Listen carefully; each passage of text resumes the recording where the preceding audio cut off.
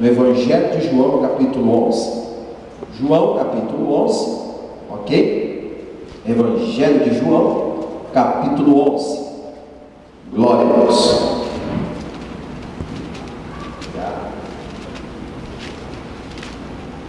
Evangelho de João, capítulo 11, verso 35.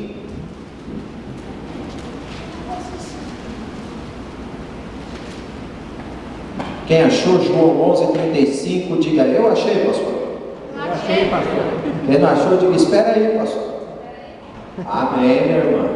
João, no Novo Testamento, o Evangelho, tá bom? Capítulo 11, verso 35. Olha lá, diz assim: Jesus chorou. Disseram, pois, os judeus: vede como o amava? E alguns deles disseram: não podia ele, que abriu os olhos ao cego, fazer também com que este não morresse? Jesus, pois, movendo-se outra vez, muito em si mesmo, foi ao sepulcro. E era uma caverna, e tinha uma pedra posta sobre ela. Disse Jesus: tirai a pedra. Marta, irmã do defunto, disse: Senhor, já cheira mal, porque já é de 4 dias. Disse Jesus: não te hei dito que se creres verás a glória de Deus? Olha para alguém e diga assim: olha, se você crer, você vai ver a glória de Deus na sua vida.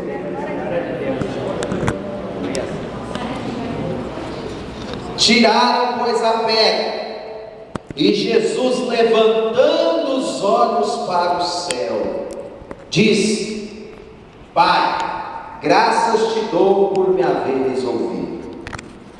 Eu bem sei que sempre me ouves, mas eu disse isso por causa da multidão que está ao redor, para que creiam que tu me enviaste. E tendo dito isso, clamou com grande voz: Lázaro, vem para fora. E o defunto saiu, tendo as mãos e os pés ligados com faixas, e o seu rosto envolto num lenço. E disse-lhe Jesus: desligai-o, soltai-o e deixai-o ir. Muitos, pois, dentre os judeus que tinham vindo a Maria e que tinham visto o que Jesus fizera, creram nele. Se você crê na palavra de Deus, dê glória a Jesus. Aleluia. Deixa a Bíblia no colo aberta e bata a palma bem forte para Jesus. Vamos aplaudir Jesus?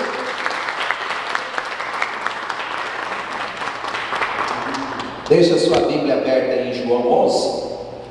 Nós vamos trabalhar muito esse texto nessa noite.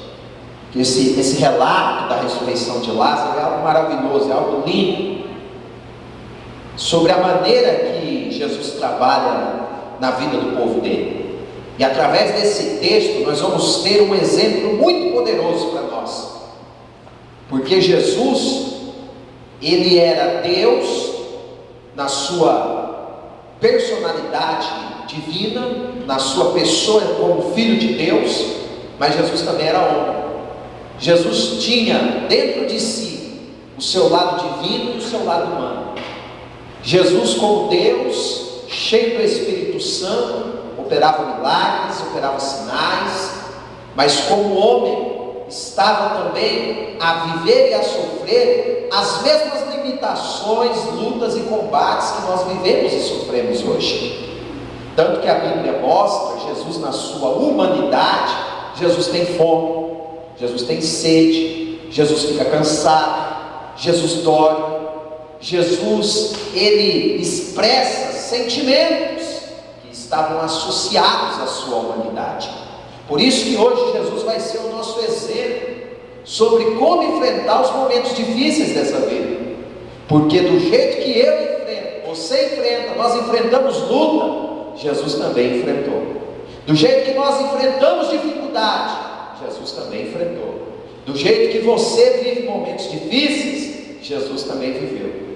E ele viveu, enfrentou e venceu. Ou seja, se nós fazermos como Jesus fez, nós vamos viver, enfrentar e vencer no nome da autoridade de Cristo Jesus.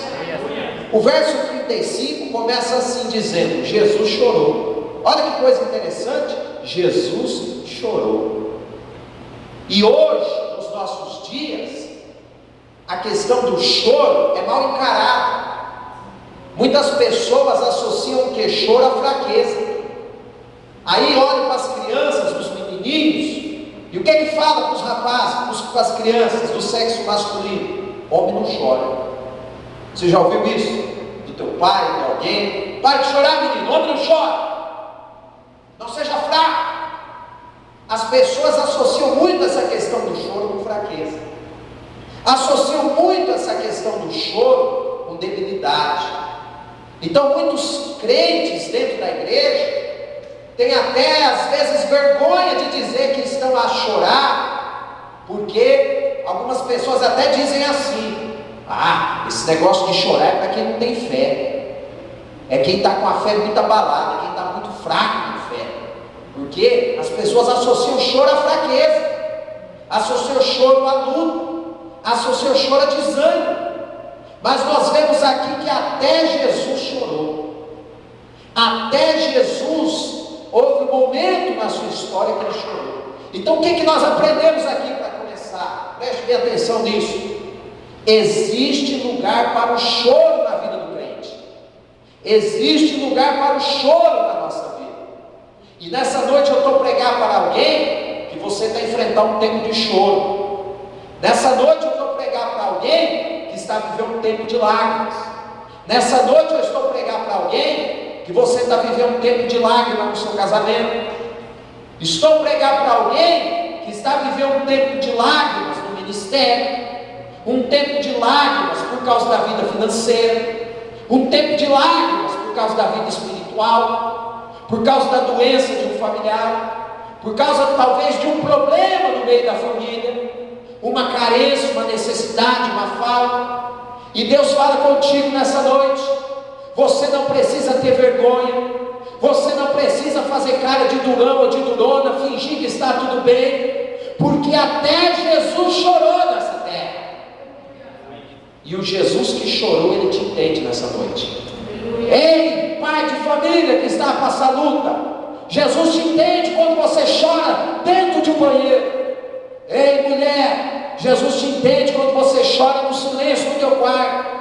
Filho, Jesus te entende quando você chora pela tua casa, chora pelo casamento dos seus pais. Jesus te entende quando você chora pela dúvida, pelo medo do teu futuro. A Bíblia diz que Jesus chorou. Você pode chorar, eu posso chorar. Não é vergonha derramar lágrimas. O problema é o que nós fazemos depois do choro. O problema não é o choro. O problema é o que as pessoas fazem depois do choro. O problema é o que nós fazemos após as lágrimas. O problema não está no choro. O problema está na decisão que eu tomo depois do choro. Olha o verso 38. Vamos aprender com Jesus. No 35, Jesus chora. No 35, Jesus derrama lágrimas. Mas no 38, Jesus nos mostra o que fazer depois do choro. O que fazer depois das lágrimas. Olha lá o 38. Jesus, pois, movendo-se. Jesus, pois, movendo-se, outra vez muito em si mesmo, olha lá, foi ao sepulcro. Jesus moveu-se, foi ao sepulcro, e era uma caverna e tinha uma pedra posta sobre ela. Então olha agora para mim aqui, o que eu aprendo com Jesus? O que nós aprendemos com Jesus? Sabe o que nós aprendemos? Você pode chorar, eu posso chorar, nós podemos derramar lágrimas. Só tem uma coisa que não pode fazer depois das lágrimas: é bloquear, é paralisar, é estacionar. O problema é que muitas pessoas, quando enfrentam a luta, paralisam.